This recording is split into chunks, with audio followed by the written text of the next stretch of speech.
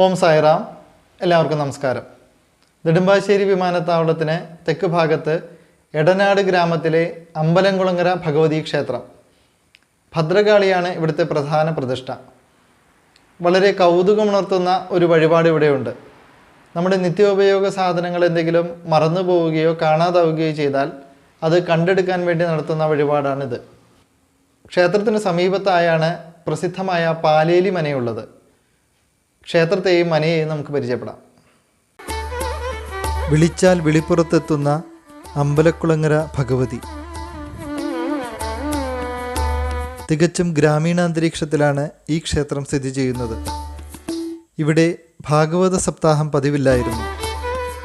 സപ്താഹം ആദ്യമായിട്ട് നടത്തിയത് ഈ ഇല്ലത്തിലെ തന്നെ പാലേലി നാരായണൻ നമ്പൂതിരി എന്ന ഭാഗവതാചാര്യനായിരുന്നു. ആ കാലത്ത് സപ്താഹം നടന്ന വർഷം തന്നെ ഒരു ചിട്ടിയിൽ നിന്നുള്ള തുകയായ 1,00,000 രൂപ തിരിച്ചടയ്ക്കേണ്ടാത്ത രീതിയിൽ ക്ഷേത്രത്തിലേക്കായി ലഭിച്ചു. ആ തുക ഉപയോഗിച്ചാണ് ക്ഷേത്രത്തിലെ ഊട്ടുപുര നിർമ്മിച്ചത്. അങ്ങനെ ധാരാളം അനുഭവങ്ങൾ ഇവിടെ ഉണ്ടായിട്ടുണ്ട്.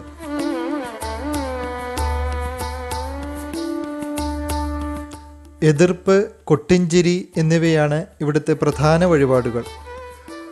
കുട്ടികളെ ബാധിക്കുന്ന രോഗങ്ങൾ വരാതിരിക്കാനും തടസ്സങ്ങൾ നീങ്ങുന്നതിനും വേണ്ടിയാണ് എതിർപ്പ് വഴിപാട്.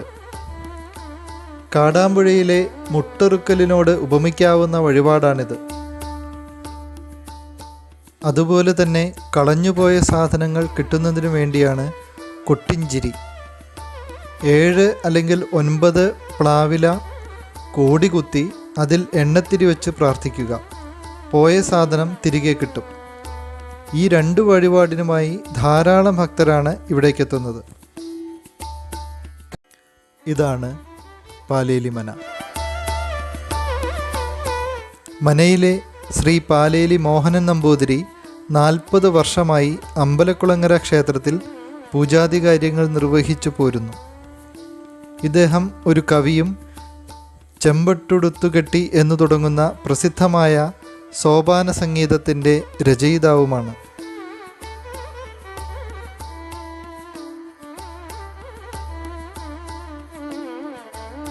നല്ല വിശാലമായ അകത്തളവും നടുമുറ്റവുമാണിവിടെ.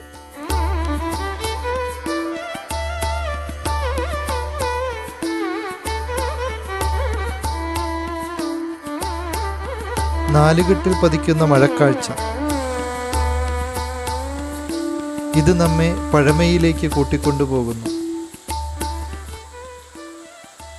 പാലേലി മനയിലെ അംഗവും ക്ഷേത്രത്തിലെ തിരുമേനിയുമായ ശ്രീ പാലേലി മോഹനൻ നമ്പൂതിരിയുടെ വാക്കുകളിലേക്ക്. ഭദ്രകാളി പ്രധാന പ്രതിഷ്ഠയായ അമ്പലക്കുളങ്ങര ഭഗവതി ക്ഷേത്രത്തിൽ ഒരേ പീഠത്തിൽ ദുർഗ, ശാസ്താവ്, ഭുവനേശ്വരി എന്നീ ഭഗവതിമാർ ഒരു ശ്രീലകത്ത് തന്നെ കുടികൊള്ളുകയാണ്.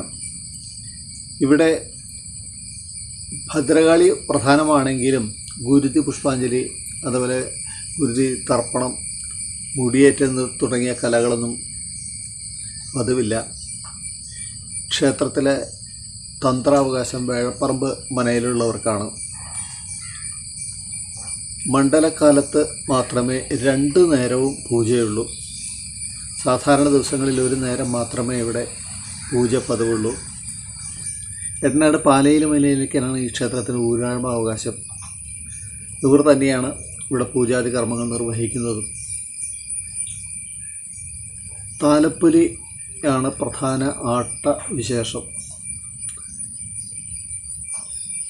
കുംഭമാസത്തിലെ അശ്വതി, ഭരണി, കാർത്തിക ദിവസങ്ങളിൽ ഇവിടെ കളമെഴുത്തും പാട്ടും ഓടെയുള്ള താലപ്പൊലി മഹോത്സവത്തിൽ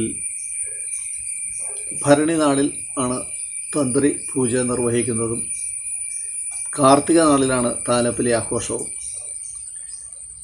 ഇവിടെ സാധാരണ 3 ആന, 5 ആന ഇതൊക്കെയാണ് സാധാരണ പങ്കെടുക്കാറ്. ഒരു വർഷം ഞങ്ങളുടെ എല്ലാ മോഹം ഭഗവതി സാധിപ്പിക്കുന്നത് 15 ആനയെ വച്ച് താലപ്പൊലി നടത്താൻ സാധിച്ചു.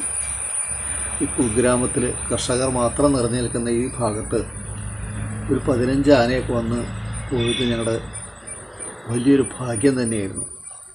തെച്ചിക്കോട്ട് രാമചന്ദ്രൻ പാമ്പാടരാൻ തുടങ്ങിയ ആനകൾ നിരന്ന് പെരുവനംകുട്ടന്മാരുടെ മേളവും തോടെ ഗംഭീരമായ ഒരു താലപ്പൊലിയായിരുന്നു. ക്ഷേത്രത്തിൽ ധാരാളം വിശ്വാസികൾ വരുന്നുണ്ട്.